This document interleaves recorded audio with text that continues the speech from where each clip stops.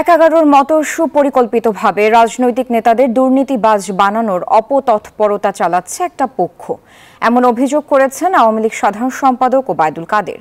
বলেন, অসৎ ব্যবসায় ও দুর্নীতির বিরুদ্ধে সরকারের জিরো টলারেন্স থাকবে।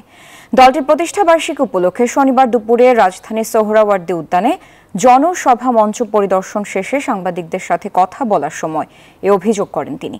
ওবায়দুল কাদের বলেন, আওয়ামী লীগের হাত ধরেই বাঙালি জাতির জীবনের সর্বশ্রেষ্ঠ দুই অর্জন।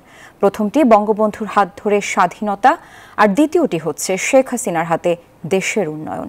কেন্দ্র থেকে তৃণমূল পর্যন্ত সকলে আওয়ামী লীগের প্রতিষ্ঠা বার্ষিকী উদযাপন করতে প্রস্তুত বলেও জানান তিনি। রাজনীতি করলে ব্যবসা করার কি অধিকার থাকবে না?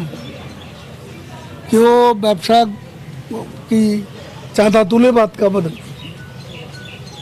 চাঁদা তুলে চলবে? চাঁদা তুলে ছেলে মেয়েকে চালাবে, পরিবার চালাবে, ব্যবসা করবে, তাতে আপত্তি কি? সৎ ব্যবসা করতে তো আপত্তি নেই। অসৎ ব্যবসায়ীদের বিরুদ্ধে আমাদের জিরো টলারেন্স, দুর্নীতির বিরুদ্ধে আমাদের জিরো টলারেন্স।